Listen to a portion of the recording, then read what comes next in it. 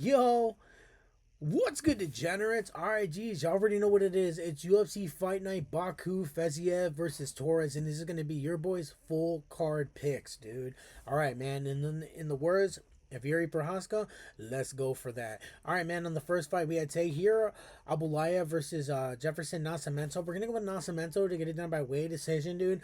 Nascimento's the faster, more technical striker, man, and I just feel like he got the more accurate strikes, bro. Where I feel like Tahir, he got good strikes, man, but he's a little bit sluggish and a little bit slow when he throws.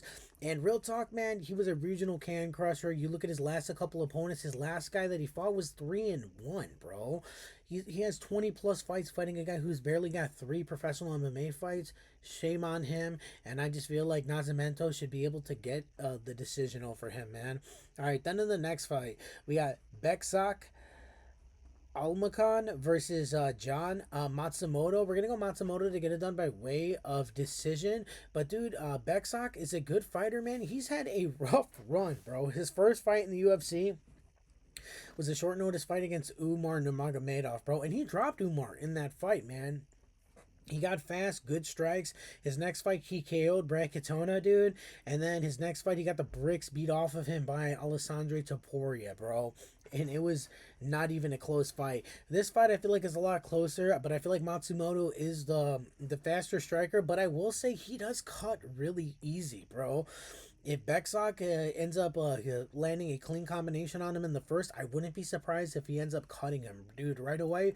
But he ends up fading, where I feel like John Matsumoto has a good gas tank, and I feel like he should be able to coast his way to a decision. All right, man. And then in the next fight, we got Daniil Donchenko versus Theodore Bergreen. We're going to go Donchenko to get it done by way of decision, man, just because it's a short notice fight. And Donchenko is good. He got really good, powerful strikes. He can move, he could hit people moving backwards, man, which is really impressive. And he got nasty, nasty fucking low kicks. But, dude, he does fade really fast, man. So I wonder if he worked on his cardio. And then Theodore, he's a good MMA fighter, man, but he hasn't really fought anybody to the same level of experience as Donchenko, man. And I feel like Donchenko should be able to get the decision fairly easy, man. But I do get nervous that Donchenko might fucking fade down the stretch, but I don't think so. I think Donchenko should be able to get the decision really easy.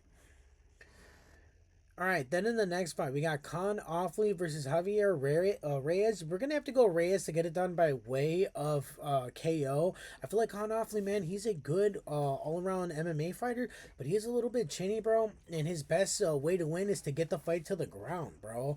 And I feel like Reyes got good enough takedown defense to be able to keep it on his feet. But I feel like Reyes, the big difference is Reyes got more crack in his punch, man. And I feel like he's going to be able to find Offley's chin, man, just because he is a hella chinny. So we're going to go Reyes by way of KO. All right, then in the next fight, man, we got Nurto Ruzaboyev. I can't pronounce his first name. We're going to go Ruzaboyev versus Andrei Pulyev. We're going to go Ruzaboyev to get it done by way of decision. Andrei Pulyev, dude, he is a fucking gritty fighter, man. He made his last fight against Ate Bagodia really interesting. I still thought he lost. I thought it was a split decision loss, though. He was able to piece up Bagodia. He got a good jab, but dude, Ruzaboyev, dude, is just an all-around fucking freak at 185 pounds. I couldn't even believe he made 170 at one point at 6'5", bro. He got good strikes, and then he could also likes to throw in takedowns as well. I feel like if he mixes in the strikes with the takedowns, it should be a fairly easy night for him to be able to overwhelm Andrei Pulyev. But Andrei Pulyev's no slouch, man. He should make it as gritty and interesting, but I feel like Ruzaboyev should get the decision. All right, man. Then in the next fight, we got Rakam Yakiayev versus Julius Walker. And, dude, Yakiayev should be able to get the KO, man. Julius Walker, man, he's a predominantly a wrestler. And, dude, Yakiayev got fucking good takedown defense and fucking dynamite in his hands. Dude, I think like he took a short notice fight against Dustin Jacoby and got fucking bodied, bro. And then he lost a split decision to Alonzo Menefield. I just feel like Yakiayev is just way faster and way more accurate with the strikes. And dude, he just got fucking dynamite in his hands, bro. And I don't feel like Walker is ready for this level of competition. So we're gonna go Yakiayev by way of KO. All right, man. Then in the next fight, we got Farman Hansanov versus Eric Nolan. We're gonna go Hansanov by way of fucking KO, dude. This guy throws everything with bad intention, bro. Eric Nolan, man, coming off of that submission loss to Bison Suzukayev, up a weight class though at 185 pounds. He's coming right back down to welterweight, but when he does start getting bombed on, man, he tends to kind of just curl up a little bit, and he tends to fade down the stretch as well. But I will say this though, Hazanov has not been tested, and he's fought a bunch of cans. But I do feel like, man, he just got faster strikes, and he's just got more fucking dynamite in his power, in his punches, bro. And I feel like he's gonna be able to catch Eric Nolan up against the cage and fucking body him, bro. So we're gonna go with freaking Hansanov to get it done by way of KO. All right, man. Then in the next fight, we got Abus Magomedov versus Michel Olisechek. Dude, real talk, I'm going to go with Olisechek to get it done by way of KO. He's been looking really good, man, on a 3-fight win streak. Been training with the Fighting Nerds, man. He's worked on his takedown defense. And real talk, bro, freaking Abus got good strikes, but the big difference is going to be power, bro. Both of these guys fade down the stretch, and I could see freaking Olisechek getting a late KO, bro. I feel like he's going to be able to keep it on the feet. I feel like Abus is going to try to take him down, but man, like I said, I like that he's been training with the Fighting Nerds. His takedown defense has gotten a lot better, but he does fade. But I feel like, man, he's going to be able to find his chin at some point in this fight. So we're going to go Olisechek to get it done by way of KO. All right, man. And then in the next fight, man, we got Bruno Ferreira versus Ikram Aliskerov, man. And real talk, I want to go Aliskerov just because, dude, he's the more well-rounded fighter, but he is so fucking chinny, bro. He is hella chinny, man.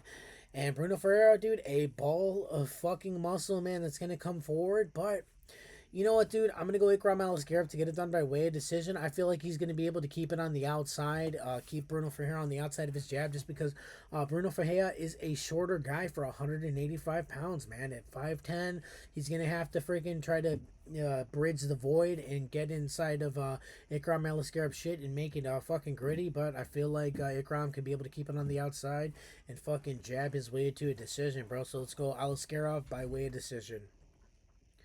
All right, man. And then in the next fight, man, we got Asu Elmabayev versus Charles Energy Johnson. Your boy got to ride with Energy, bro. You know what I'm saying? I wish I could be part of that Skullet Nation, but I don't got the balls to fucking rock a Skullet. But, dude, I think Charles Johnson, dude, he's going to be able to freaking keep Asu Elmabayev on the outside. I feel like Charles Johnson got good enough takedown defense, man. And Asu Elmabayev gets cracked, bro. He does. I am a little bit worried about Charles Johnson because he has been fucking dropped he's been dropped in the Bruno Silva fight, and then he got fucking KO'd by Alex Perez, bro. And then freaking he did come off of a nasty win, KO win over fucking Lonnie Kavanaugh too, man. I feel like Charles Energy Johnson can be able to keep it on the outside, bro, and fucking coast to a decision. I hope, man, because if he could rack up 1 or 2 more wins, bro, he knocked out freaking Joshua Van, bro. So Energy could get his fucking shot, bro. Because he's fought nothing but killers in his fucking UFC run, dude. Absolute nothing but killers. So we're going to Energy to get it done by way of decision, bro.